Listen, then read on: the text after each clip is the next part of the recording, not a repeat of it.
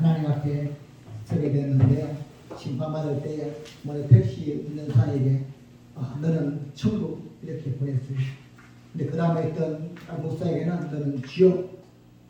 목사가 깜짝 놀랐어요. 아니 하나님, 아니 저 택시 운전수는 왜 천국 보내고 저는 지옥으로 보내는 겁니까? 야, 택시 운전수 저 사람 운전할 때는 모두가 다 기도하는 마음이었어.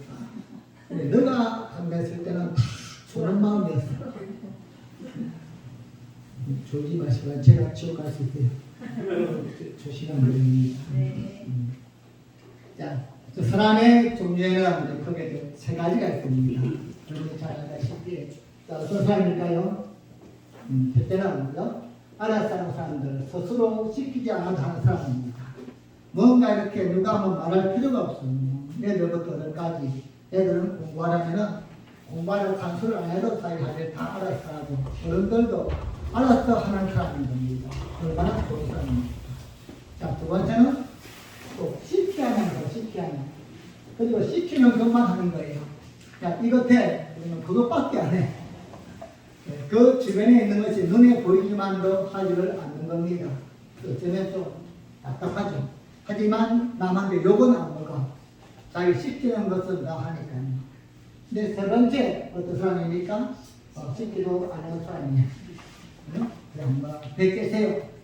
그냥 뭐 나는 내 마음대로 합니다. 이런 사람인 거예요.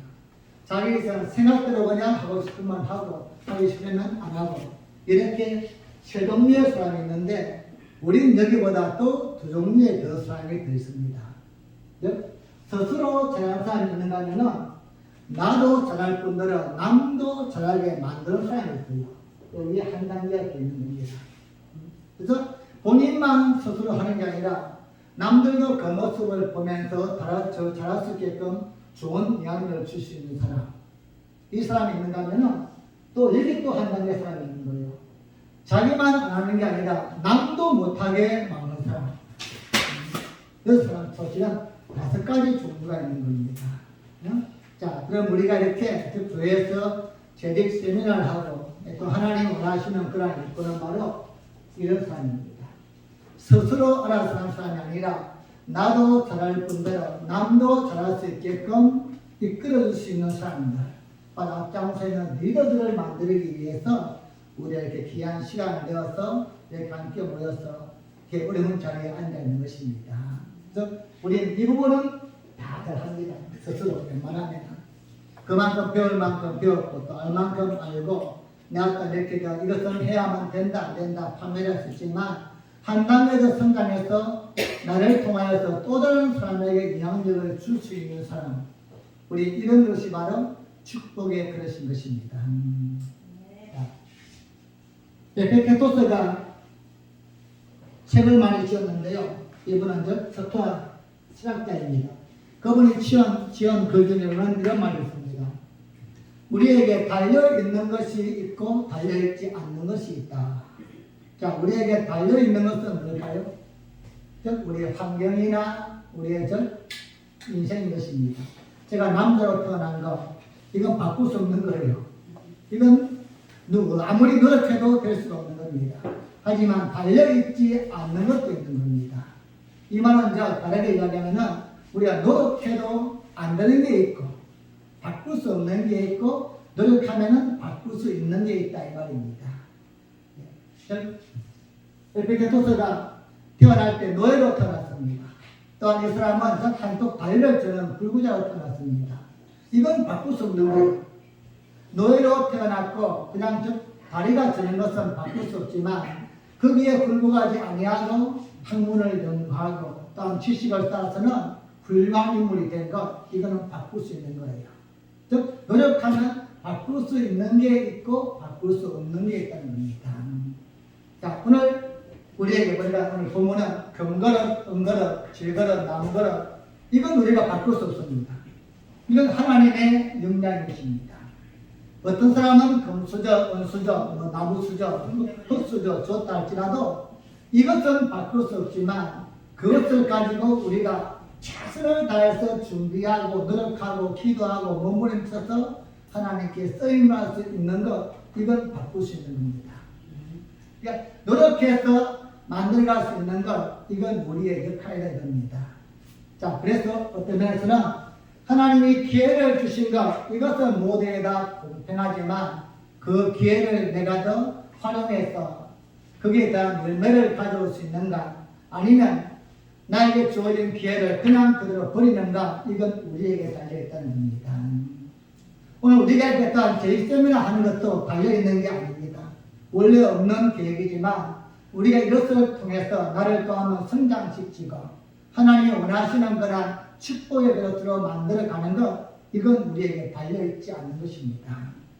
그래서 누가 더 많이 노력하고 최선을 다하는가, 여기에 따라서 우리에게 주어지는 모습은 바뀔 수가 있다는 겁니다.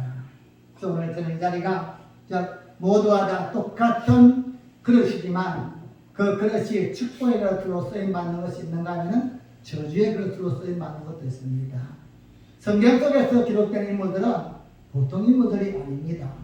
우리는 뭐 없잖아요. 아무리 뛰어난 사람도 없습니다.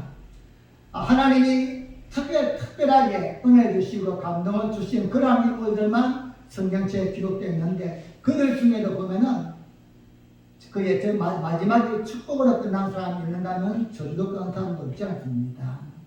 즉 똑같은 시대, 동일 시대에 즉 모세와 바로왕 두 인물 다 쓰임을 받았습니다. 하지만 어떻게 쓰임을 받았는가, 이거는 극과 극의 차이입니다. 선하게 쓰임 받는가, 악하게 쓰임 받는가. 우리 또한 쓰임 받을 수 있습니다. 즉 마지막 시 우리 예수님의 12제자 중에서도 다 쓰임을 받았는데 가룟유다도 나름대로 쓰임을 받았습니다.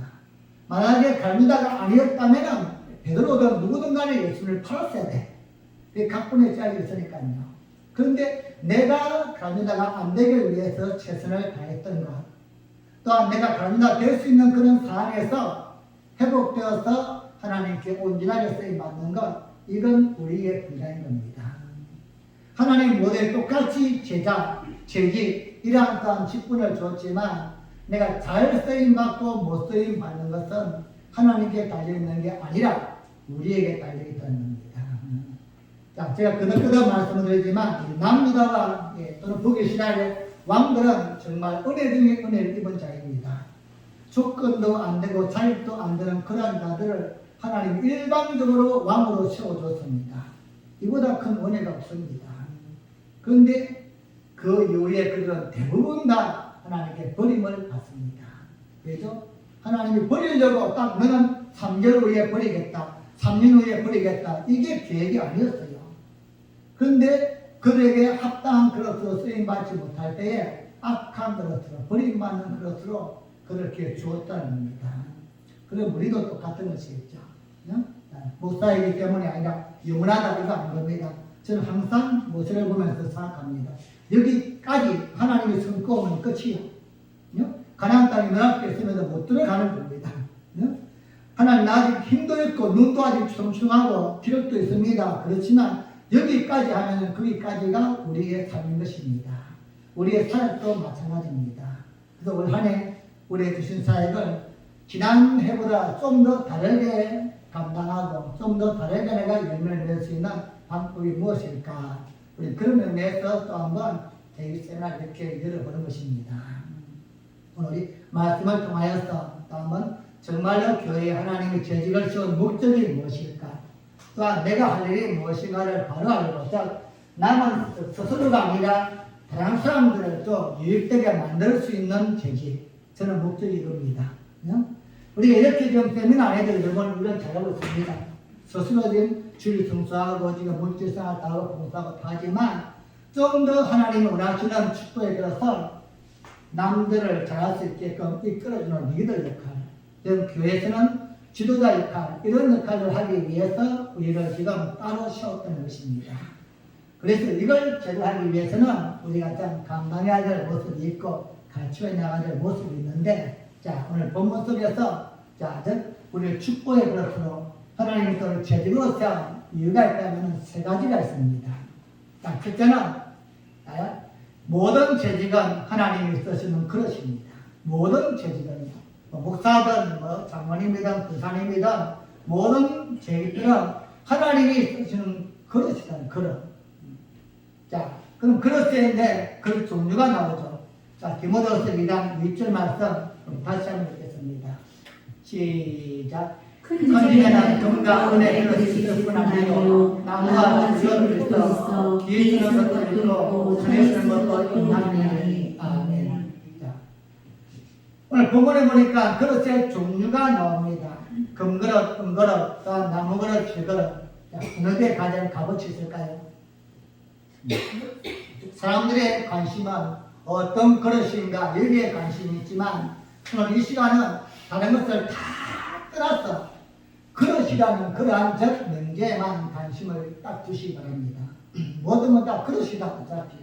금으로 만든 것도 그릇이요, 만든 것도 그릇이요, 나무로 만든 것도 그릇이고 흙으로 만든 것도 그릇이라는 공통점에 먼저는 초점을 두어야만 됩니다.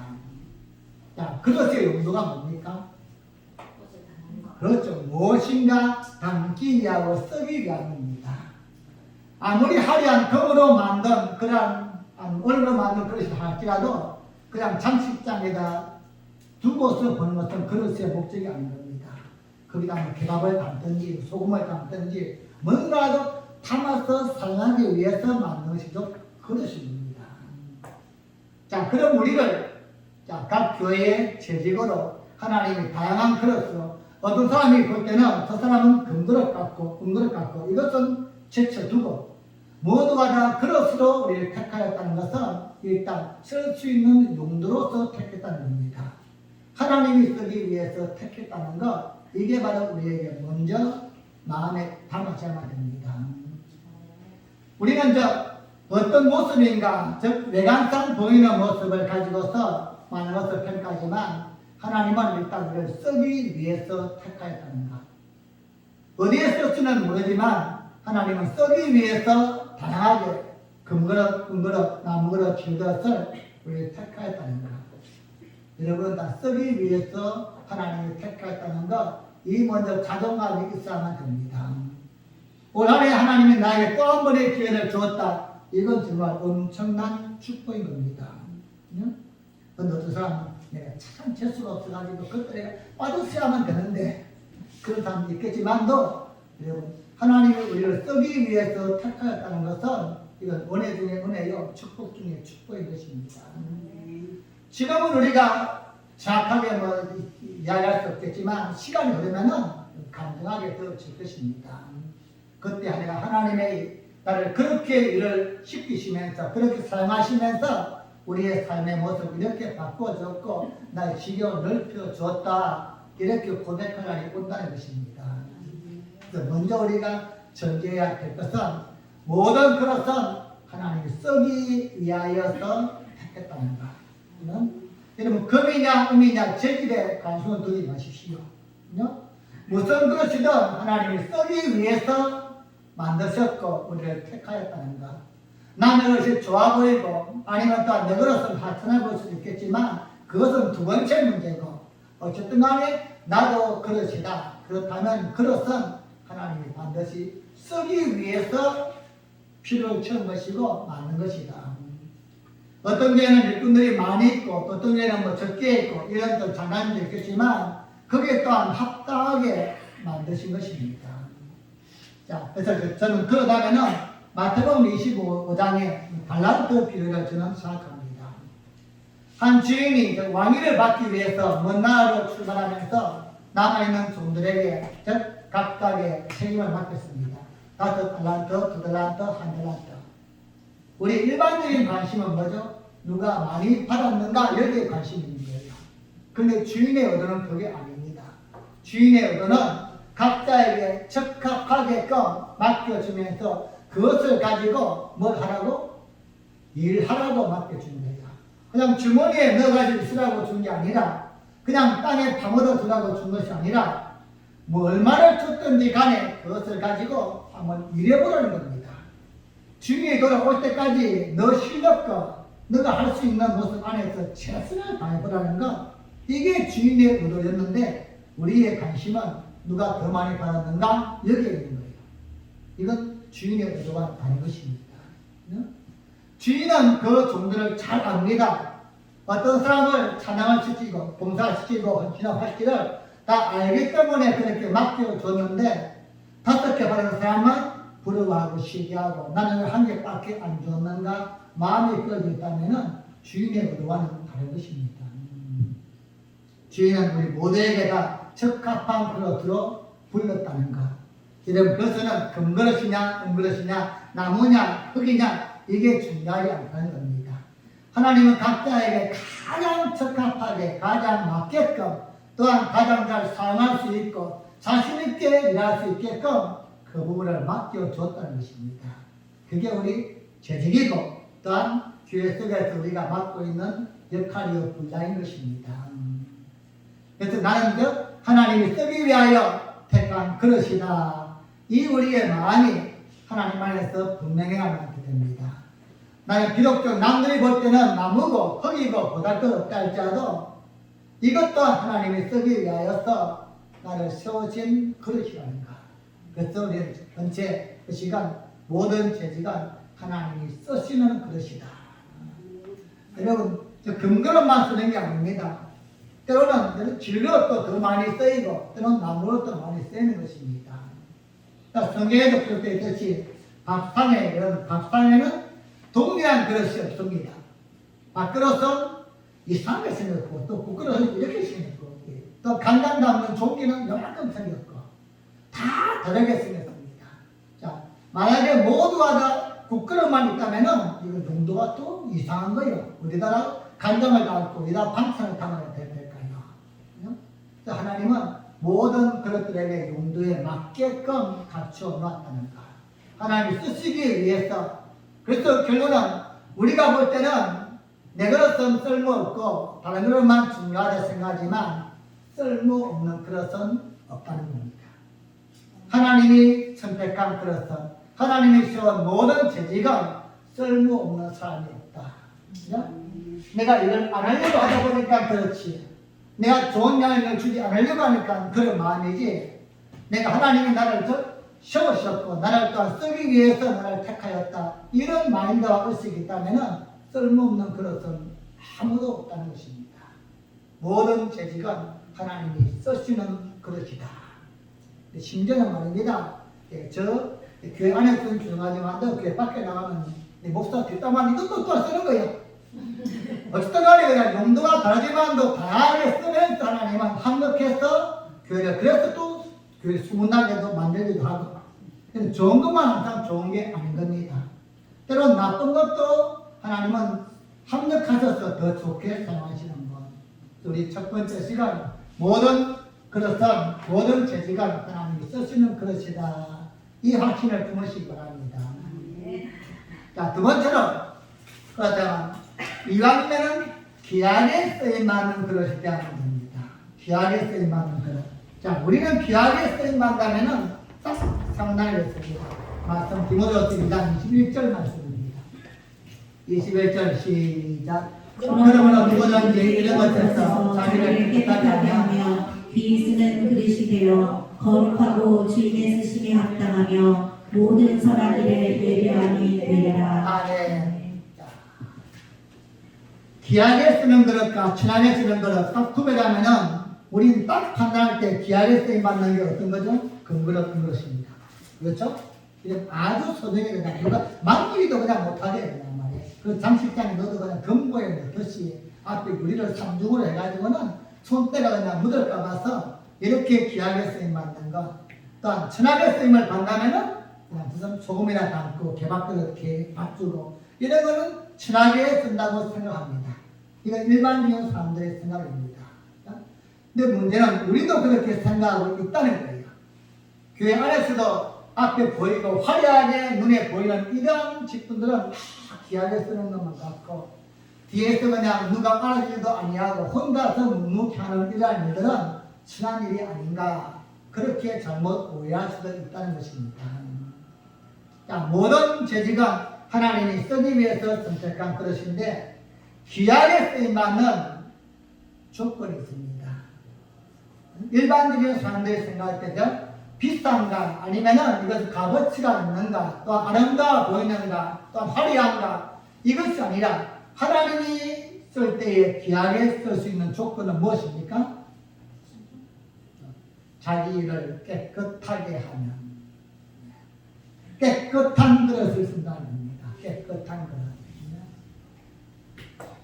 금그릇이냐 붓그릇이냐 이게 중요한 게 아니에요. 금으로 됐기 때문에 귀하게 쓰고 흙이나 나무로 만들었기 때문에 천하게 그냥 발로 차고 다니는 게 아니라 자기를 깨끗하게 하면. 깨끗하게 한다. 이게 무슨 뜻일까요? 자기의 분수와 분복에 알고 만족하며 최선을 다하는 것입니다. 나에게 맡겨진 그 일에 감사하면서 나에게 주어진 그 기회에 최선을 다해서 열심을 다하는 것, 이게 바로 깨끗한 것입니다. 자, 이렇게 말씀드리면 잘 이해가 안 되기 때문에 성경에 보면은 우리가 지금 디모데후서 2장을 봤는데요. 2장에는 처음부터 끝까지 보면은 믿음의 사람들의 자세에 대하여 이야기하고 있습니다. 그 중에 1절부터 나오는 게 세 가지의 비유를 드는데, 첫 번째가 농부의 비유, 농부의 비유. 그 두 번째가 군사의 비유입니다. 군인들 비유입니다. 세 번째는 경기하는 경주자의 비유가 나옵니다. 그리고 쭉 이제 마지막에 이제 이 말씀이 나오는 거예요. 농부나 아니 군인이나 경주자가 어떻게 해야 되느냐? 자기를 깨끗하게 하면 기회 쓴다는 것입니다. 자, 그 중에는 좋은 군사에 대해서 말씀을 한번 보고자 합니다. 디모데후서 2장 3절과 4절 말씀에 군에 대한 자세가 나옵니다. 함께 읽습니다. 시작. 내가 그리스도 예수의 좋은 군사로 나와 함께 고난을 받을지니 군사로 다니는 자는 자기 생활에 얽매이는 자가 하나도 없나니 이는 군사로 모집한 자를 기쁘게 하려 함이라. 네. 깨끗하게 한다는 것은 다른 말로 하면은 좋은 군사입니다. 군사인데 좋은 군사. 좋은 군사가 돼야만이 깨끗하게 되어서 하나님께 쓰임을 받는다는 것입니다. 즉 나쁜 군사가 되어서는 쓰시지 않는다는 겁니다. 그럼 성경에서 방금 보았던 그 말씀 속에서 좋은 군사는 어떤 군사일까? 세 가지의 조건을 갖추어야만 됩니다. 좋은 군사는 첫째는 고난을 받을 줄 아는 군사입니다. 자, 군인에게 고난은 뭐지요? 다른 말로 하면 훈련이야, 훈련. 훈련이 고난입니다. 자, 그런데 훈련 없는 군사가 만들어지겠습니까? 안 만들어집니다. 훈련을 통해서 좋은 군사가 만들어지고 더더욱더 여러분 특전사 이런 군인들은 더더욱더 강한 훈련을 받습니다. 그리고 또한 이들은 일반 군인과 공익과 차이가 나는 거예요. 훈련의 강도도 차이가 있지만도 배우도 차이가 있습니다. 그럼 특전사들이 군사를 끝나고 나와도 그들은 배우를 받습니다. 하지만 공익은 배우를 못 받아요. 즉 훈련의 강도를 통해서 그렇게 결정되어진다는 것입니다. 그럼 예수님의 좋은 군사 또한 훈련, 고난받기를 즐거워해야 한다는 겁니다. 좋은 재직, 좋은 군사는 교육과 훈련 받는 것을 마다하면 아니 된다는 겁니다. 하나님이 쓰기 위해서는 좀 더 좋은 군사, 일반적인 군인이 아니라 특전사를 지금 요구하는데 우리 날마다 교육받기 싫어요, 훈련받기 싫어요. 우리 오늘의 모습이 좋습니다. 그냥 그대로 주저앉아 있으면은 좋은 군사로 쓰임받을 수가 없다는 겁니다. 교육과 훈련은 즉 고난을 통해서지만 우리를 더욱더 성장시켜 나가고 성숙시켜 나가는 가장 지름길인 겁니다. 교회 안에서는 가장 먼저 재직들이 먼저 그래서 훈련과 교육을 받아 나가야만 됩니다. 다른 사람들은 다 몰라도 재직들이 교육받고 훈련받고 이런 과정을 통해서 좋은 재직이 되어질 때에 그 교회가 건강한 교회가 되어지고 하나님의 땅 쓰기에 좋은 군사가 되어지기 때문입니다. 오늘날 문제는 교육받기를 다 시간한다는 거예요. 아이들은 그냥 공부하려고 그냥 막 뒤지게 잡으면서도 본인은 공부 안 해. 이번 성경 읽으셔야 됩니다. 성경 공부도 확실하면 되고요. 그래야만 성경 속에서 하나님이 원하시는 재직의 역할이 무엇일까? 어떻게 교회를 섬겨 나갈까? 여러분 교회를 교육받고 훈련받지 않고서 어떻게 할 수 있습니까? 이건 할 수 없는 겁니다. 마음은 원이지만 내가 좋은 무사가 될 수 없습니다. 반드시 좋은 무사는 나와 함께, 즉 누구죠? 예수님과 함께 고난받는, 훈련받는 그러한 재직이 되어야 됩니다. 즉 다른 사람을 위해서가 아니라 즉 예수님의 일을 더욱더 잘하고 예수님이 원하시는 그런 모습으로 성장하기 위해서는 반드시 교육과 훈련을 받는 재직이 되어야 됩니다. 그 두 번째로 좋은 군사는 어떤 군사입니까? 생활에 얽매이지 않는 군사입니다. 자기 사생활에 얽매이지 않는다 이야기하고 있습니다. 내가 대학교를 잘 다니다가도 좋은 직장에서 그냥 진급할 수 있는 기회가 있음에도 불구하고 또한 사업에 열심히 봉사하다가도 국가에서 자 와라 그러면 군대 가야 돼. 응? 안 가면 안 되고 응? 이게 제일 좋은 군사야. 그 군대를 안 가려고 그냥 막 펠프를 써가지고 이민을 가고서 도망가고 어디가 아파요 어디가 이건 좋은 군사 아닌 거예요. 응? 정말로 내가 나라를 위해서 좋은 군사를 한다면은 오라면 가는 거예요. 내 개인의 생활도 있겠지만도 나라의 이익을 위해서 나를 통해서 이 나라가 안정을 취하고 어떤 국방을 키우고 이러한 역할을 해야 한다고 인식되어지면 가야만 되는 거예요. 예수님의 좋은 부사도 사생활에 얽매이면 안 되는 것입니다. 즉 우선순위가 분명해야 되는 거예요. 자, 오늘 여기 보니까 참여해야 되실 분들이 너무너무 많이 참여 아셨죠? 목사지만 많이 제가 장로 가르쳐 그랬겠지만도 이런 들어야 사람이 못 들으면 엉뚱한 행동을 하게 되는 거예요. 그래서 반드시 들어야 될 사람은 들어야 돼요. 예. 즉 자녀에게 우리가 한 번 하고 이야기를 그만두는 이야기 별로 없습니다. 들을 때까지 해요. 잔소리를 하지만 왜죠? 잘 되게 만들기 위해서요. 즉 우선순위를 구별할 줄 알아야만 됩니다. 무엇이 지금 중요한가? 무엇이 더 급한 일인가? 제가 분명합니다. 급한 일과 중요한 일이 있습니다. 급한 일과 중요한 일. 어느 게 더 우리에게 가치가 있습니까? 급한 건 뭐죠? 지금 당장 밥 먹어야 돼요. 지금 당장 뭔가 해야 돼요. 아니면 중요한 일은 안 하면 안 되는 겁니다. 급한 것은 대부분 다 육신적인 일이에요. 하지만 오늘 안 해도 괜찮은 일들이 수없이 많이 있습니다. 하지만 중요한 일은 안 하면 안 돼요. 목숨과 결부된 일들이 대부분의 일입니다. 우리가 주의를 지키는 것, 주의 사명을 감당하는 이것은 급한 게 아니에요. 중요한 것입니다. 그래서 우리 중요한 것과 급한 것을 구별할 줄 알아야만 됩니다.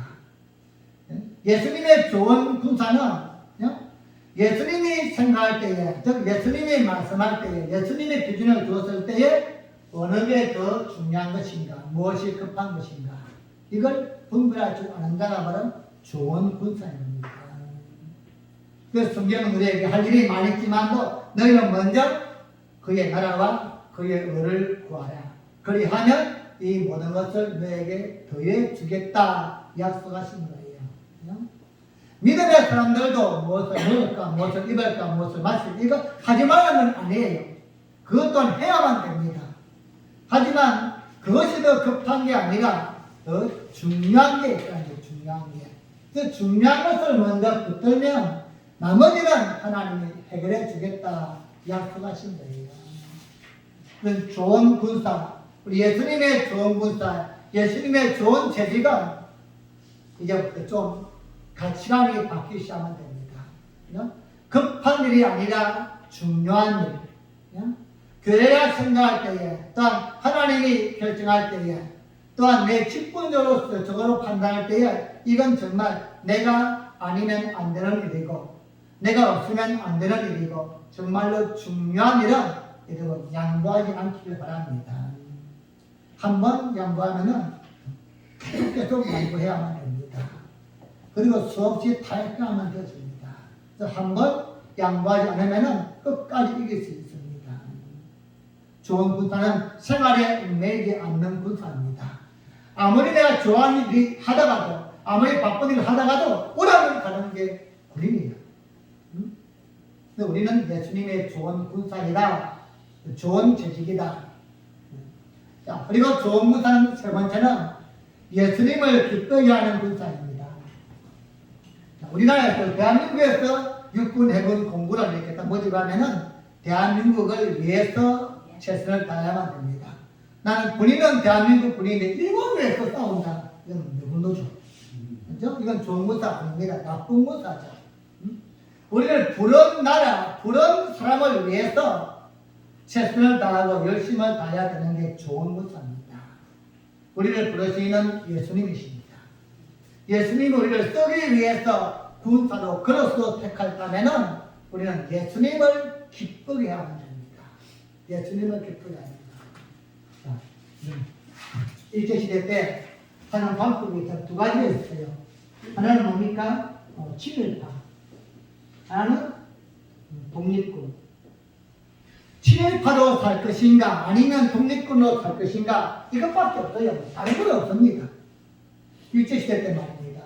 일본 사람들의 비리를 맞춰주면서 그냥 더럽지만도 아니 껍지만도 그냥 목숨이나 연맹하고 살 것인가 아니면 내가 언제 죽을지는 몰라도 그냥 대항하고 싸우고 그냥 헌신하고 이렇게 살 것인가 둘밖에 없는 거예요. 자, 오늘 이 시대는 여러분 마귀 시대입니다. 마귀 시대는 마귀파가 될 것인가 예수파가 될 것인가 선택해야 돼요. 어중간은 없는 거예요. 마귀에 그냥 비를 맞추면서 그냥 눈치하면서 그냥 끌려다니면서 그렇게 신앙생활 할 것인가 아니면 그냥 모든 것은 하나님께 달려있으니까 죽으나 사나 하나님께 맡기고서 살겠다.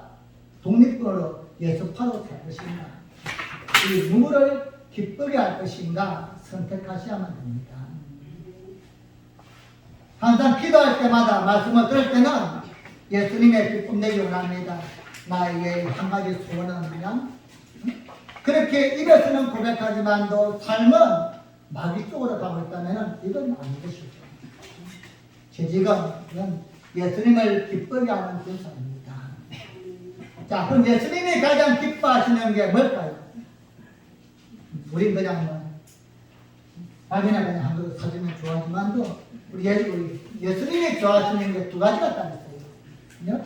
하나는 그래서 영원 본입니다. 전도를 하나님 가장 좋아하십니다. 예수님이 이 땅에 오셔야만 되었던 이유입니다. 또한 예수님이 이 땅에 오셨다 고난과 고통을 받으셔야 될 이유였습니다. 또한 예수님이 죽으셔야만 되었던 이유입니다.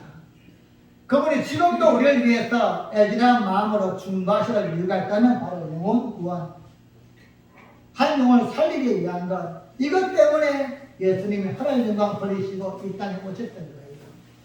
그러면 마지막에 가시면서 우리에게 당부하신 것도 마태복음 28장 마지막에서 너는 아버지와 아들과 성령의 세례를 주고 내가 가르친 것을 다 그대로 가르쳐서 제대로 삼으라. 바로 영혼 구원입니다. 이걸 예수님이 가장 기뻐하세요. 그래서 또 하나 있다면 순종이요, 순종. 말을 잘 듣는가. 예수님이 말씀하시면 무엇이든지 순종할 수 있는가. 이 두 가지를 예수님이 가장 기뻐하십니다. 전도와 순종. 우리 재직은 이걸 잘해야 돼요. 재직을 말입니다. 자, 영혼구원 어떻게 해죠? 밖에 나가서 내가 전도하든지 아니면은 나는 그냥 말주변이 없어가지고 담력이 없어가지고 못한다면은 앉아서 그냥 기도라도 하든지 그것도 아니라 그냥 돈으로 그냥 대가지고서 전도자를 사주든지 뭔가 내가 쓰임을 할 수 있는 하나를 선택해야만 됩니다. 그래서 성경은 가든지 돕든지 하라고 말씀하죠. 내가 직접 갈 것인가 머물러서 아니면 도울 것인가. 여러분 돕는 건 이것도 만만치 않습니다. 잘 도와야만이 오래 가고 잘 갈 수가 있는 거예요. 자, 밖에 가서 아무리 전도하고 싶어도 전도에도 안 만들어주고 기도도 안 하고 그러면 이틀만 하면 그냥 팍 풀려버리죠. 할 수 없는 거예요. 뒤에서 기도해줘야만 되고 뒤에서 도와줘야만이 나도 모르게 나가는 사람은 힘이 팍팍 생겨서 이상하다. 왜 이렇게 참 지시지를 않지? 힘이 나서 할 수 있는 거예요. 그래서 저는 영원한 모두가 다 재직이 다 감당해야 될 그런 부분입니다. 또한 순종, 여러분 순종은 재직이 가장 잘해야 될 부분입니다. 왜죠? 그걸 위해서 하나님 우리를 선택하셨기 때문입니다. 이런 순종은 우리 예수님이 그렇게 모습을 보이셨고 또한 우리에게 담고 싶어하는 모습이 바로 순종의 모습이기 때문입니다. 우리 예수님께서 3년 반 동안의 사역을 떠난 후에 이제 하늘로 가실 때를 알았습니다. 이제 내 생이 끝날 때쯤을 알았습니다. 그때부터는 제 아들을 쫓기 시작해요. 이제 시간이 없는 거예요. 잠시 후면은 예수님이 가셔야 되니까 내가 이것들을 내가 믿고서 맡기려야만 되는데 보니까 별로 참 시원찮은 거예요. 마음에 안 드는 거예요. 날마다 뭐죠? 혼나고 꾸중맞고 그냥 그들에게 야단치고 왜죠? 그만큼 기대를 품고서 그들 맡겨놓기 위함이었습니다. 오늘 이 시대에 바로 우리 저희들에게 그걸 맡겨놓은 거예요. 예수님의 사역을 우리에게 맡기신 것입니다. 그럼 우리는 다른 건 몰라도 교회 안에서의 순종은 잘하셔야 됩니다. 그죠? 누구에게 사람들의 비위를 맞추는 게 아니라 사람에게는 예수님이 나에게 특별히 지금 당부하시는 말씀입니다. 12 제자에게 그렇게 애절하게 부탁했듯이 너가 내 교회를 좀 섬겨다오. 너가 또 다른 사람을 좀 섬겨다오. 예수님의 지금 암투적인 지금 음성인 것입니다. 내가 힘도 없고 백도 없고 아무것도 없지만 예수님이 그나마도 나를 믿을만 해서 자꾸만 나에게 맡기시는 거예요. 순종하는 제자가 되기 바랍니다. 그래서 예수님이 가장 기뻐하시는 것 이럴 때 좋은 재직이 되어지고 좋은 군사가 되어지는 것입니다. 자, 우리 모두는 하나님이 쓰시기 위하여 택한 그릇이라 말씀을 드렸습니다. 이왕이면은 귀하게 쓰임받는 그릇이 되어야 됩니다. 한 해 동안 또 아니면은 몇 년 동안 우리가 살아가면서 주시는 직분 안에서 하나님이 귀하게 쓰는 것은 나를 깨끗하게 하는 그릇이다. 깨끗한 그릇은 좋은 군사처럼 좋은 농부처럼 좋은 김자처럼 최선을 다하면서 자신의 군복에 만족하면서 열심으로 하나님께 감사를 드리는 겁니다. 좋은 군사는 자, 고난과 훈련과 교육과 운영을 기쁘게 받는 군사입니다. 그리고 자기의 사생활에 얽매이지 않는 군사입니다. 예수님을 기쁘게 하는 군사가 좋은 군사입니다. 자, 그런 문제로 자, 재직은 그릇의 크기를 넓혀야만 합니다. 몇 년마다 우리에게 주시는 직분이 있다면 목사, 집사, 권사, 특별히 수리장들은 해마다 1년마다 직분을 받습니다. 자, 그런데 한번 생각해 보십시다. 작년과 올해가 마음가짐이나 또 내가 봉사하는 능력이 늘어납니까? 아니면 쪼그라듭니까? 어떻습니까? 자, 우리가 그릇으로 택하신 그 하나님의 기대와 마음은 뭘까요? 너 작년에 수고했으니까 우리는 반만 해라. 이것일까요? 아니면 내가 작년에는 종쟁이만큼 했으니까 이번에는 바꿀 만큼 해봐. 더 키워가는 게 하나님의 소원일까요? 더 쪼그라드는 게 더 하나님의 기대와 소원일까요? 우리는 대부분 다 이제 할 만큼 했어요. 다른 싸움 해야지요. 그러면 이제 하나님 불러주세요. 이렇게 해야죠. 가셔야죠. 그냥. 할 일이 없으면 그냥 밥 축내면 안 되지 않습니까? 그냥 가시는 게 제일 좋은 거죠. 우리 하나님의 기대는, 재직을 향한 기대는 그릇을 택한 하나님의 마음은 그릇의 크기를 넓혀가기를 원하십니다. 여러분, 어떤 분이 이야기했죠? 세상은 넓고 할 일은 많다. 여러분, 교회는 여러분 할 일이 더 많아요. 그런데 왜 교회만 오면 일을 안 할까? 인생 다 산 것처럼 그냥 교회만 오면 아무것도 안 해요. 날 좀 그냥 가만히 내버려 두세요. 다 이런 뿐이야 됩니다. 그래서 여러분 교회는 참 고민들이에요. 목사가 간대해서 이런 말씀은 안 되지만요. 사실 저는 솔직히 우리 딱 빛나게 교인들이 더 많이 전도 안 되었으면 좋겠다 생각해요. 그 마음은 이제 올해 전입니다. 네, 이유가 뭔지 아십니까? 지금도 목사가 섬겨야 될 사람들만 다 있어. 전화해야만 교회 나오고 조금만 삐지고서 그냥 뒤집고서 퍼지고서 성당에 사람이 아무도 없습니다. 다는 어린아이들이야. 근데 또 어린아이들이 100명이 더 온다고 생각해봐. 이거 끔찍해. 예? 지금 여기서 좀 더 성장해줘야만이 100명이 아니라 1000명이 와도 딱 키워갈 수 있는데 지금도 다 어린아이인데 또 어린아이가 100명이 온다. 그냥 목사님을 죽어야 돼. 어떻게 감당해야 돼요? 감당 못하는 겁니다.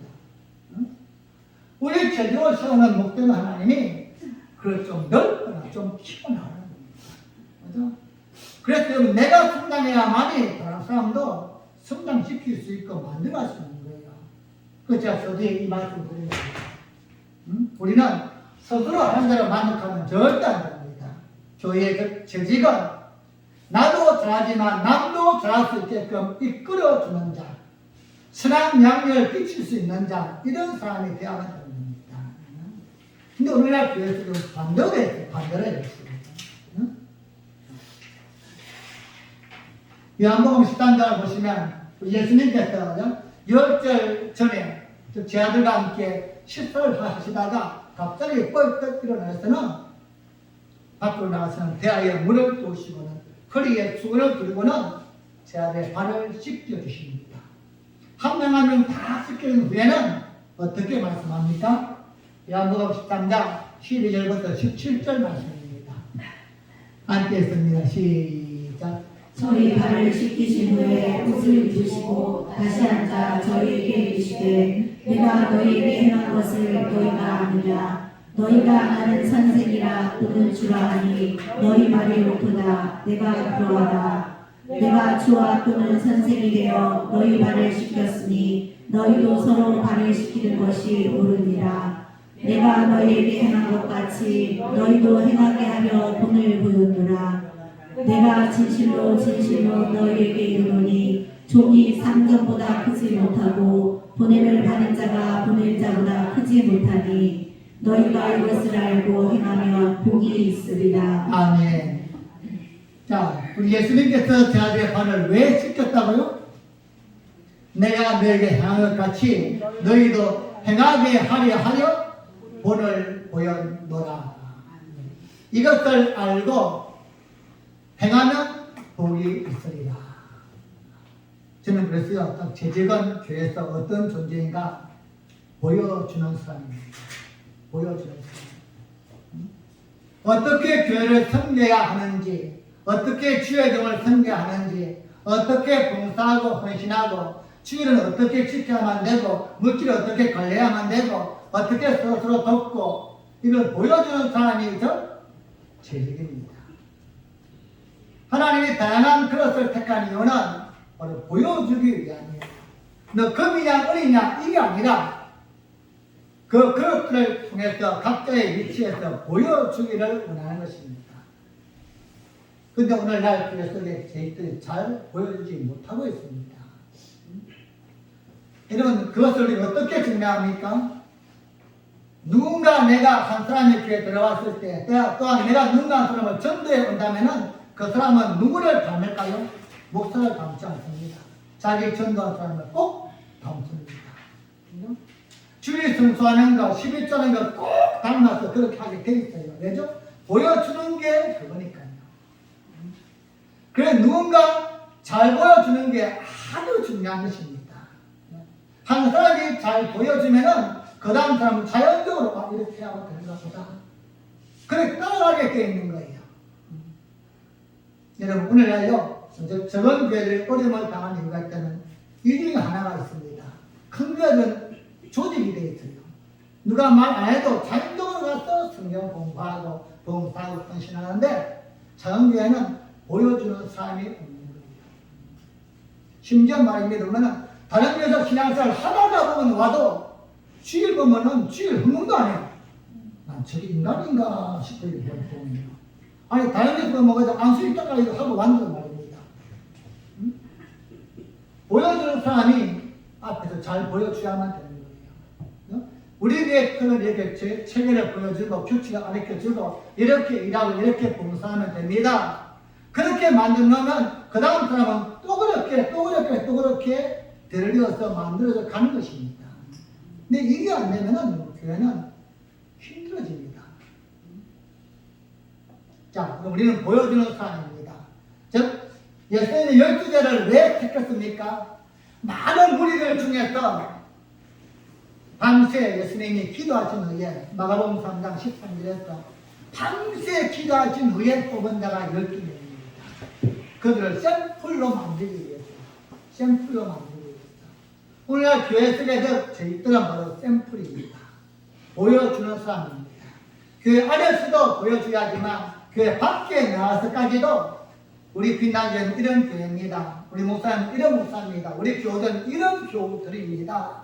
이걸 보여줘야만이 그들이 그래요.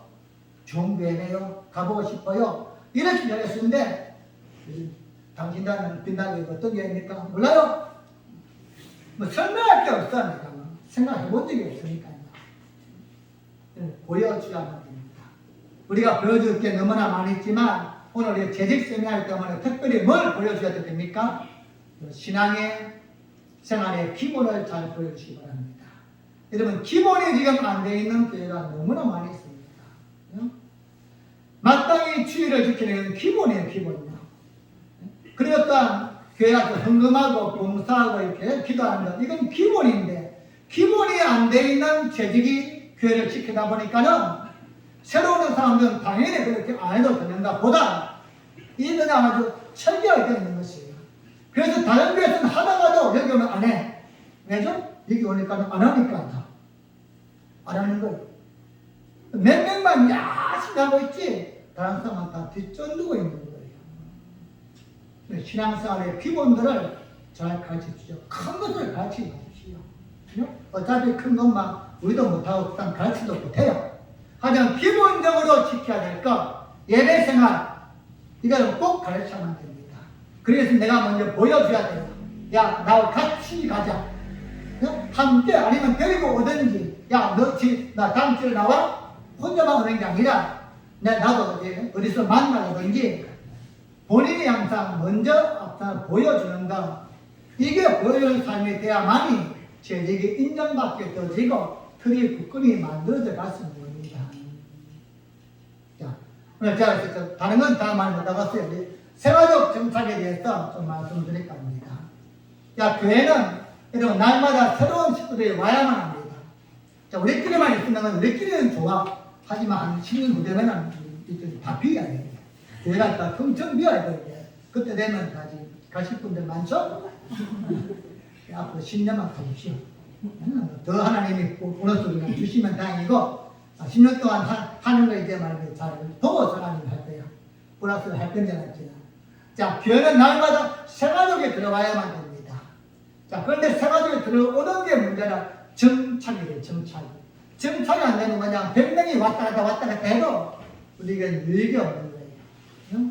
여러분, 교회는요 생활적이 오지 않는 게 아닙니다. 오는데 정착이 안 되는 거예요.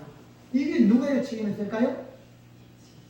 제가 정착에 대한 책임 목사에게 있다. 그렇죠? 자, 세가족은 그렇다면 누굴까요? 세가족. 우리 교회 식구 아닌 사람은 다 세가족이다. 통틀었어. 다른 교회 다니다가 또 이달 왔다든지 아니면 신앙생활 하다가 병들었다가 다시 한번 가볼까? 이렇게 나오든지 아니면 신앙생활 한 번도 해보지 않았는데 교회를 처음 나오든지 저는 통틀어서 세가족입니다. 우리에게 다시 오신 분들, 처음 오신 분들 세가족이에요. 그럼 이 세가족 정착을 잘해야만 되는데 이 책임이 바로 저희들에게 됩니다. 그래서 교회는 목사는 기도하면서 해마다 연말이 되어지면은 이 사람을 정말 빼고 싶은데 또 한 번의 기회를 주고 내년 좀 잘했으면 좋겠다. 이 사람을 통해서 교회가 세워져 갔으면 좋겠다. 이런 마음으로 다시 또 임명을 하고 임명을 하는 겁니다. 그럼 우리는 이제 그릇의 크기를 좀 넓혀 가야만 됩니다. 자, 먼저는 세가족 정착에 대한 오해가 있습니다. 자, 몇 가지 오해가 있습니까? 세 가지가 있습니다. 첫 번째, 자, 세가족은 시간이 지나면 저절로 정착한다. 오했어? 왜요? 뭐 시간 지나면 뭐 정착하겠죠. 뭐. 지발로 그래. 그렇죠. 여러분, 세가족이 아무리 교회에 처음 왔다 해도요, 저희들이 어떻게 하냐에 따라서 계속해서 나올 수도 있는데 내가 이렇게 안 나오려고 했는데 다음 주에 또 나올 마음이 생기기도 하고, 어떻게 이게 괜찮은데 나오려는데 누구 때문에 또 다음 주에 안 나올 수도 있고. 세가족 정착은 시간 지나면 절대 그냥은 안 되는 것입니다. 섬김을 통해서 관계를 맺어가야만 됩니다. 누가 앞장섭니까? 바로 제집들이 앞장서야만 됩니다. 이건 절대 교회 세가족 오면은 본체만 하면은 죄입니다. 죄. 무관심은 죄야. 그죠? 무관심이 가장 큰 죄입니다. 여러분 어떤 이유를 받든 간에 교회에 처음 오신 분이 눈에 보이면은 나가기 전에 밥 먹기 전에 꼭 인사하고 나가십시오. 근데 우리 교회 보면 잘 그게 안 돼. 본체만 죄보면. 응? 그리고 만약에 또 꼭 쳐다보면 째려봐. 왜 째려봐? 이렇게 좋은 눈을 이렇게 보고서 이렇게 해야 되는데 그럼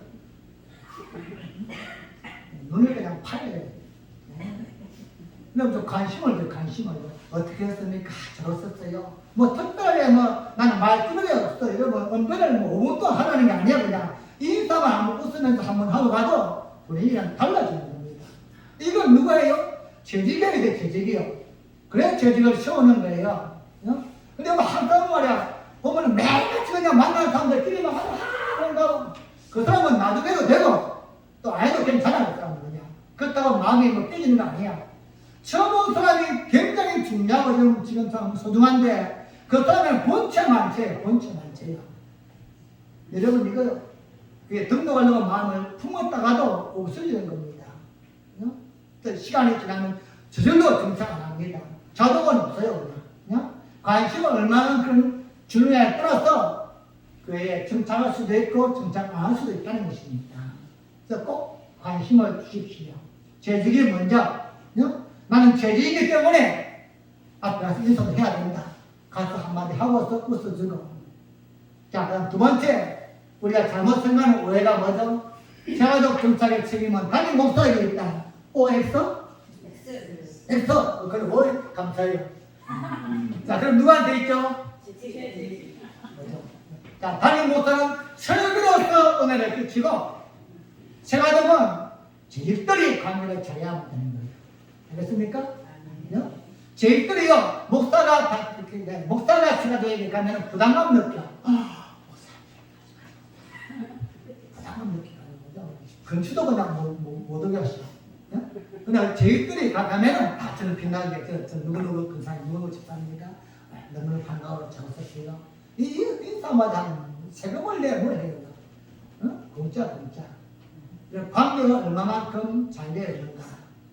장동시간 세가족 정착의 책임은 재직에 있다. 그죠?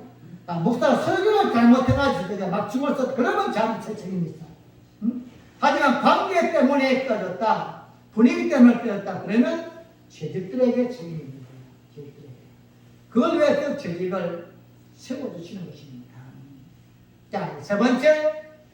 세가족 정착에 대한 오해는 세가족은 주일 예배만 참석하면 된다. OX? 그럼 뭐죠? 해답은? 모든 예배에 다 참석. 그런데 왜 참석 안 할까요? 제집들이 그렇게 말해. 주일날 봬요. 누가 이렇게 얘기해요? 다음 주에 봬요. 이런 말 하면 안 돼요. 우리 수요일날도 봬요. 이렇게 하는데 다음 주일날 봬요. 주일날만 나오면 되는구나.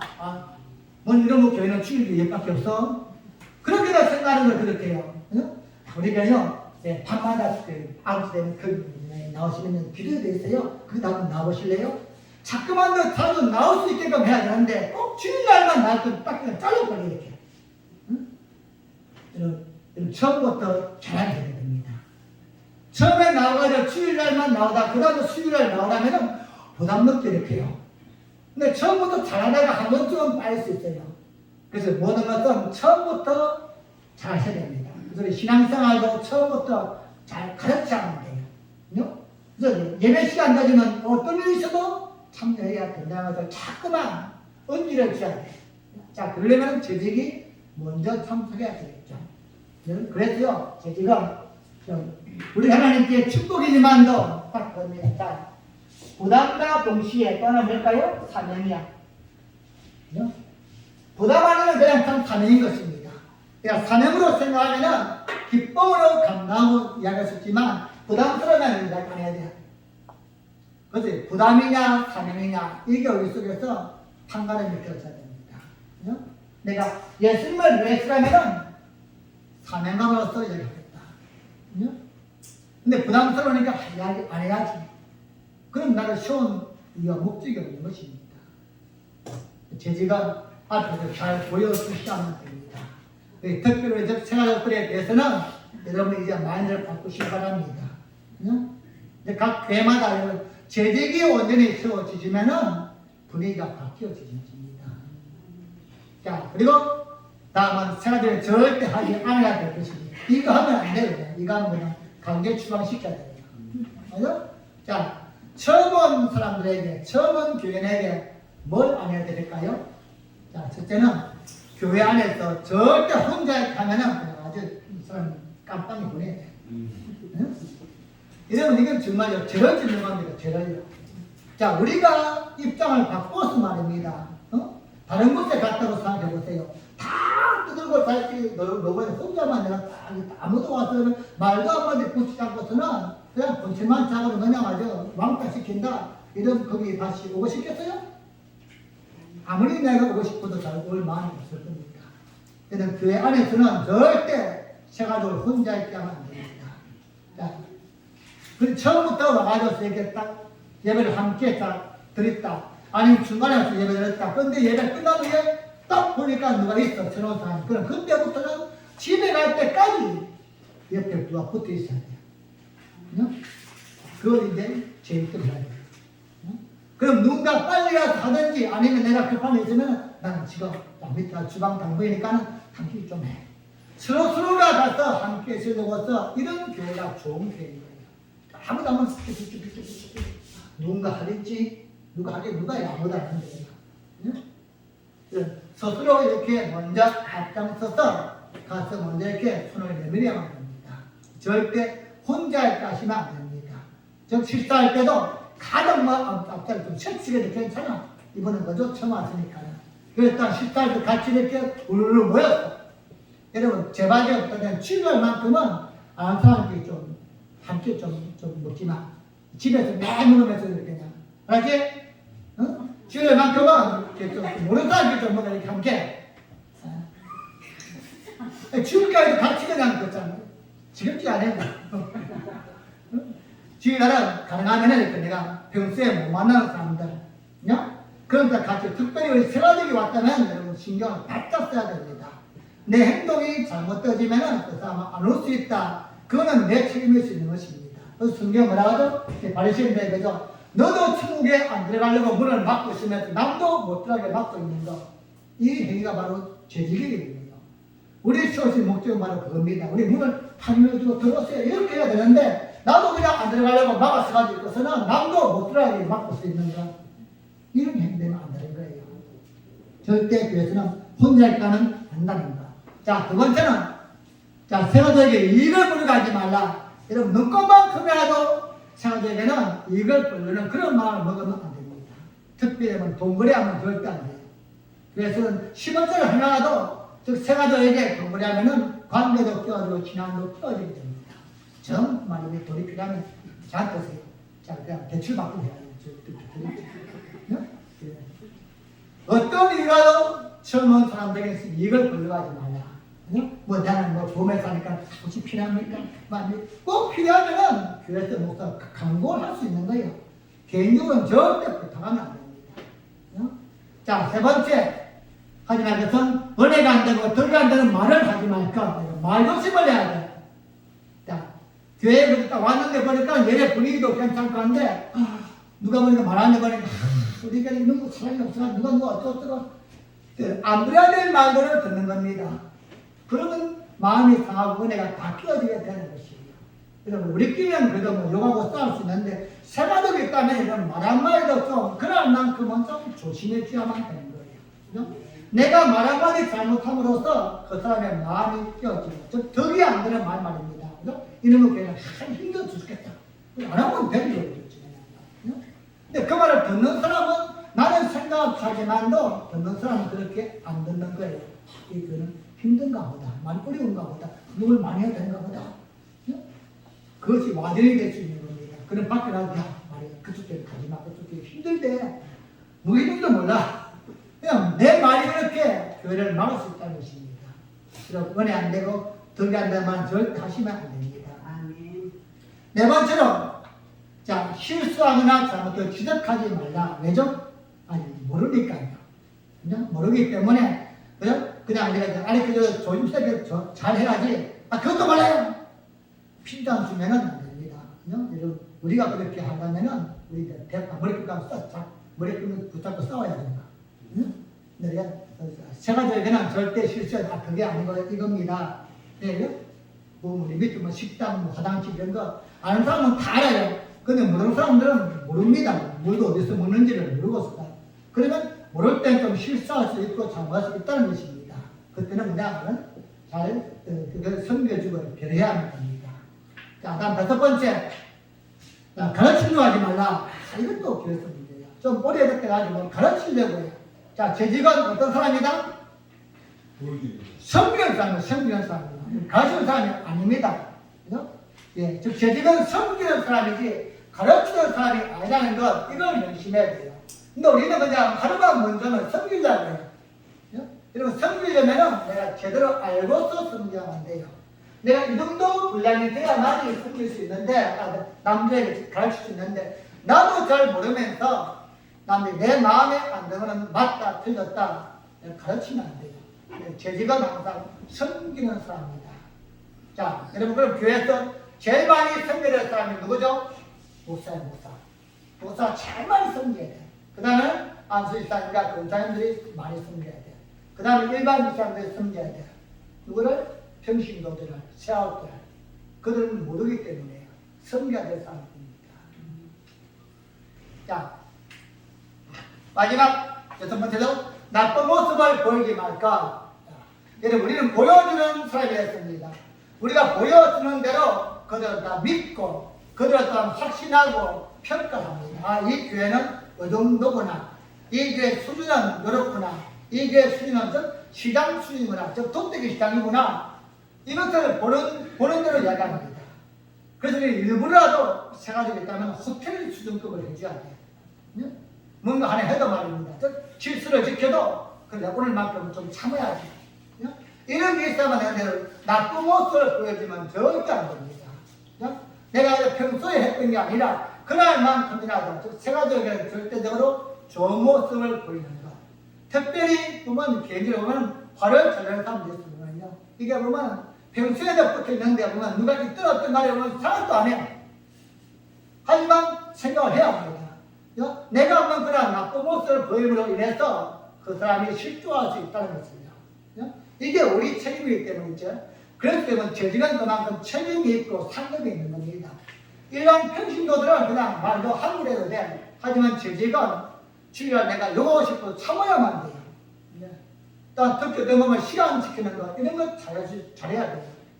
본인은 예배 항상 늦게 나오면서 다음 주에 몇 개씩나 나오세요. 그럼 속으로 뭐라고 할까?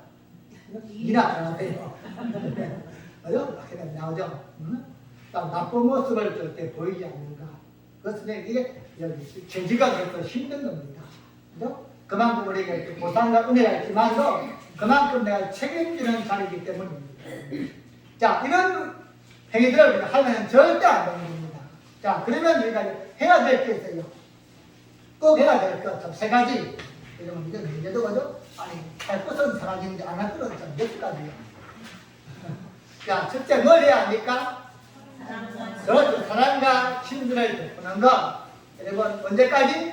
그 사람이 나를 닮아왔을 때까지 하십시오.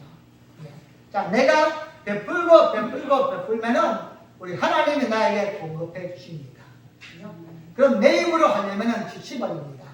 언제나 그래서 우리가 기도하고 말씀 듣고 말씀 읽고 그 힘을 가지고서 사랑과 친절을 베풀어야 됩니다. 배려하고 또 한번 양보해주고 또 한번 참아주고 그는 모르기 때문에 나는 이게 25년이 됐지 않느냐. 이 사람은 겨우 이제 10달밖에 안 됐는데 자꾸만 사람을 배려해주고 양보해주고 이런 마음이 있을 때에 상대방도 느끼게 되는 거죠. 인간인데 그것을 본인도 시간을 알겠기 때문이죠. 그래서 우리가 힘이 없기 때문이 아니라 자, 여러분, 이제 배려가 뭔지 알죠? 즉, 배려는 내가 힘이 있음에도 불구하고 상대방의 힘을 쓰지 않는 게 즉 배려인 겁니다. 내가 힘으로 꽉 물리면 이거는 배려가 아니죠. 힘이 있음에도 불구하고 양보해 주는 것. 한 번 더 기회를 주는 이게 이런 배려야, 배려야.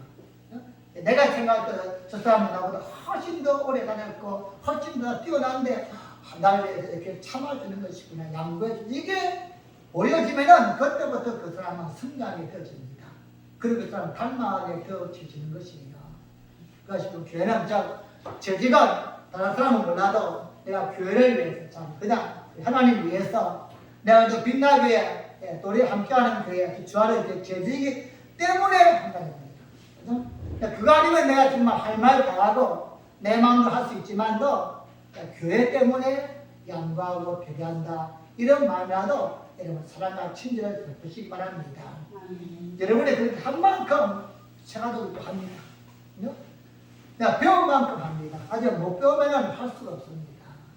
그리고 두 번째는 뭘 해야 됩니까? 교회 자랑, 목사님 자랑, 교인 자랑을 해야 됩니다. 다른 것 좀 하지 마십시오. 우리들은 막 누가 성질이 들었고 누구는 어떻고 어느 식당 다니고 어디 아파 살고 이거 이야기할 필요 없어요. 근데 뭐냐면 쓸데없는 이야기가 있어요. 목사님 저는요 언제 안 합니까? 밥 먹을 때 그냥 그런 얘기해요. 들어요. 뭐 어느 백화점에 갔다 왔니? 무슨 약을 먹었는데 뭐 나왔니 안 나왔니? 나왔으면 내가 이제 안 나온 걸 또 왜 이야기해 이거? 근데 교수만 밥 먹을 때만 시작되가 없는 이야기들만 다 하는 것입니다. 그건 밖에 나와서 하세요. 실상 교회에서 좀 특별히 세가지고 이야기했다면 그건 내가 절대 하면 안 돼요. 교회 자랑, 그냥 목사 자랑, 그냥 교인 자랑 이런 이야기를 해야만이 세가지고 배우는 거예요. 그걸 듣고서 밖에 나와서도 전달해 주는데 들은 것이 뭐예요? 어떤 사람은 사력했다 망했다, 어떤 사람은 싸워가지고 이렇게 이거 들어가지고 밖에 나가서도 막 버티니까는 교회가 안 좋은 것만 다 둥탱탱 하는 거예요. 이게 재직의 책임이에요. 재직의 책임이에요. 우리가 좋은 말 해야 됩니다. 좋은 말 일부라도 말입니다. 우리 일부러 좋은 말을 자꾸 해야만이 듣는 사람은 들은 게 없으면 그걸 전달 안 해요. 뭔가 요만큼이나 들었기 때문에 이만큼 부풀려가지고 하는 건데 그 원인을 우리가 더 정하고 있다는 겁니다. 그래서 교회는 절대 14절에서 우리 때마다 오늘 밥한 사람들 칭찬 좀 해줘. 이렇게 맛있는 밥을 이렇게 야 이거 완전 우리 교회는 참 호텔이 호텔. 별로 나온 게 없다 할지라도 말입니다. 그렇게 그냥 하여튼 호텔 같은 수준. 그렇게 막 감동하면서 하면 그 사람이 별거 아닌데 느끼는 걸 어때요? 정말 이런 분위기구나. 우리 말에다 달리는 거예요. 말이에요. 뭐 차를 타고 와도 또한 뭘 해도 여러분 그걸 그냥 분위기를 자기 내가 조금만 이렇게 마음을 크게 틀어서 이야기하면은 분위기는 다 좋아할 수 있는 겁니다. 시간적 앞에서라도 제발 교회 자랑, 목사 자랑, 교인 자랑 할 게 없으면은 그냥 있는 거예요. 그냥 혀를 깨물 거 있어요. 그냥 밥 먹고 그냥 다 잡어요. 다 그냥. 쓸데없는 마이너스 때문에 하십시오. 우리 교회는 여러분 크게요. 여기까지 좀 들어가시면 이제 끝나는 거지. 충전형이 있는가 하면요. 내가 뭐죠? 에코형. 이 사람만 그냥 가면은 분위기가 좋아지겠죠. 근데 이 인간만 가면은 다 분위기가 다운돼서 에코 시켜봐요. 그래서 재지가 에코형이 되면 안 됩니다. 그래서 항상 충전형이 되어져서 분위기도 이렇게 밝게 만들어지고 그러면은 처음 온 사람도 이게 분위기 너무너무나 좋구나. 좋은 말 만들어요. 이런 분위기가 되어지면은 다음 주에 그냥 올까 했다가도 한 번만 더 와야겠구나. 또 한 번만 더 와야겠구나. 이게 연결되어지게 된다는 겁니다. 여러분, 한 사람이 그냥 정착은 절대 아닙니다. 우리 역할이 너무너무나 중요한 거예요. 자, 그리고 마지막 세 번째로는 교육과 훈련을 받고 사역에 동참하게 만드셔야 됩니다. 이게 바로 재직의 역할입니다. 자, 여러분 지금 현재 저희에게 보시는 것처럼 지금 이제 60대 후반이에요. 그런데 앞으로 10년 동안 지금도 그래. 틈도 좀 빼주세요. 근데 할 사람이 없다고도 해야 돼. 앞으로. 계속 해야 돼. 여러분이 앞으로 다른 사람을 써보기 전까지는 10년, 20년 더 하셔야 돼. 우리 잘못이야 이거 다 이거요. 그럼 우리가 키웠어야 되죠. 뭐. 이런 젊은 사람들이 많이 있잖아요. 요즘은 좀 키웠어야 되는데 지금 키우지 못했기 때문에 그런 거예요. 제 얘기에 그러면요. 교육과 부진을 막고 교회 사역에 동참할 수 있게끔 우리가 이끌어줘야 됩니다. 그러면 처음부터 힘든 거 시키면 안 되겠죠. 그죠? 아주 사소한 일부터 이렇게 자 오늘 교회 청소를 짜는데 와서 한번 와서 그냥 커피 마시면서 그냥 구경해봐. 그냥 와서 하라면 안 돼. 와서 그냥 구경해봐. 구경만 하겠어. 그럼 같이 해야 돼. 이렇게.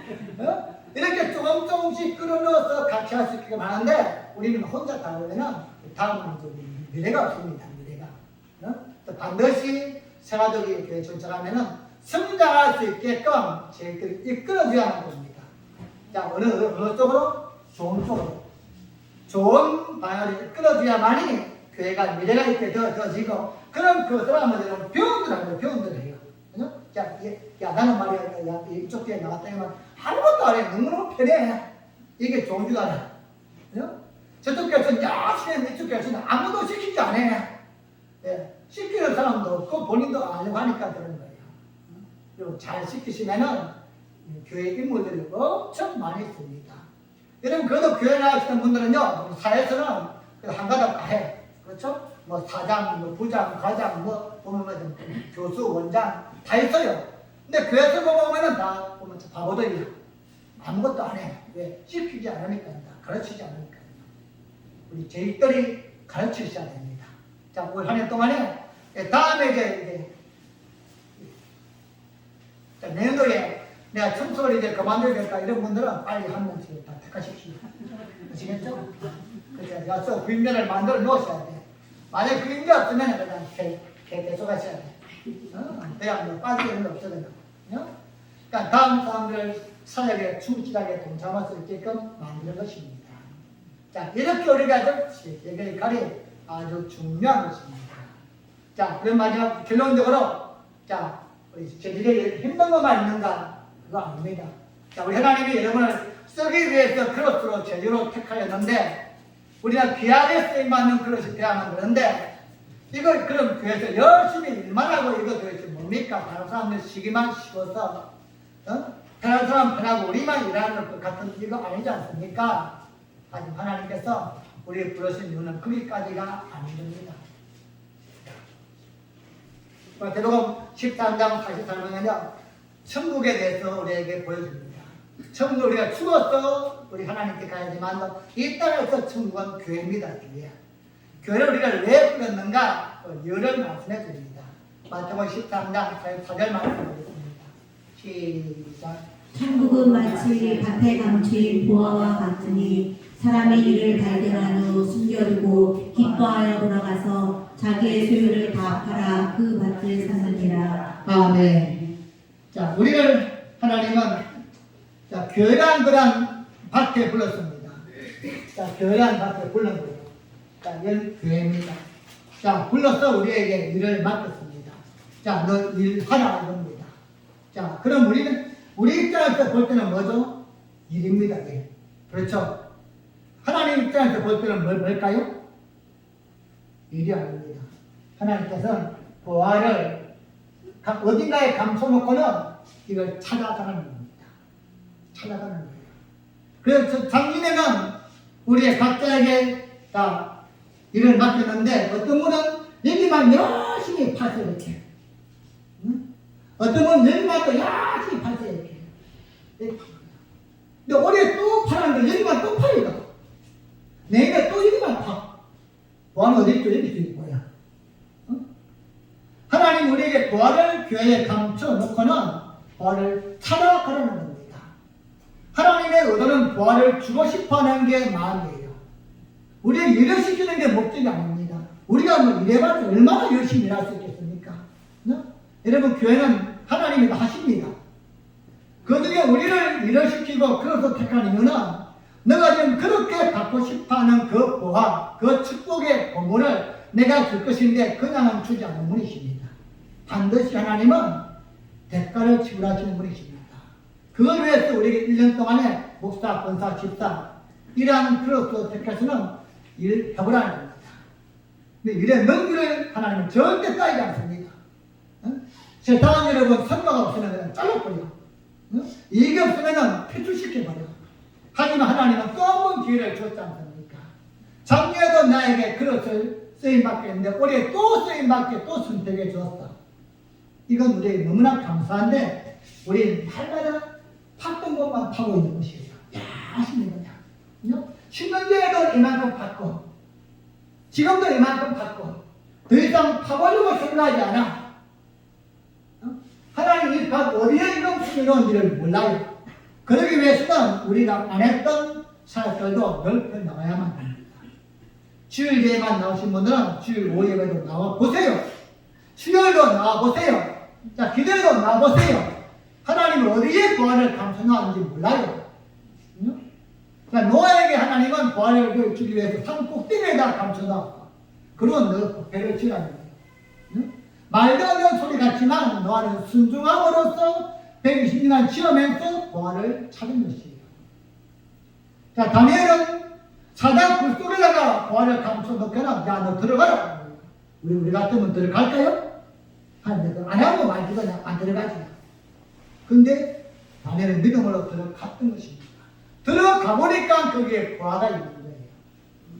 여러분, 올 한 해 동안에는 제지가 그 역할을 넓게 많이 하는 거예요. 밭을 다 뒤져봐야 돼. 내 눈에 보이는 일들을 다 하십시오. 오늘 하나님 어디에다 보아를 감추던지 알 수 없지만 확신한 것은 밭에 보아를 감춰뒀다는가. 그리고 우리에게 찾아가는 겁니다. 여러분, 누가 인가도 찾는 사람이 장땡이야. 못한 사람은 그냥 야시 하지만 하나님 없지 않습니까? 이렇게 했지만 끝까지 가본 사람은 찾을 수 있는 것입니다. 하나님 우리에게 제대로 세우시고 그렇게 만들어준 이유는 보화를 주기 위해서입니다. 보화.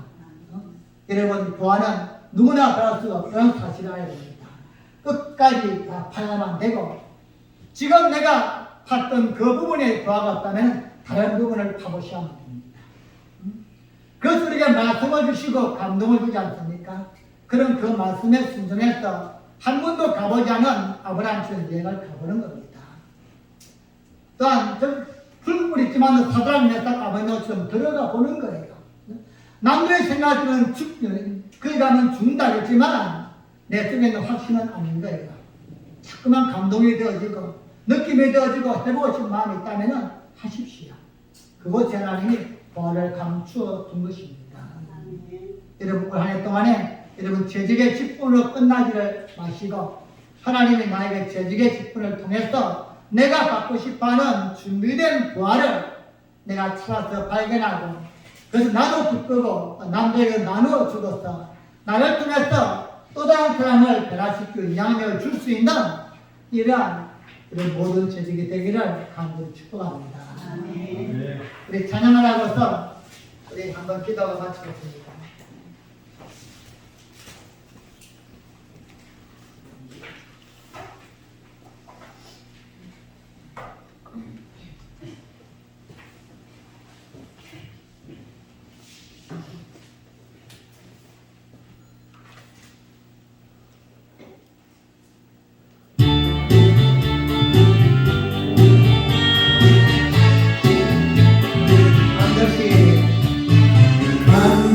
내가 너를 축복하리라.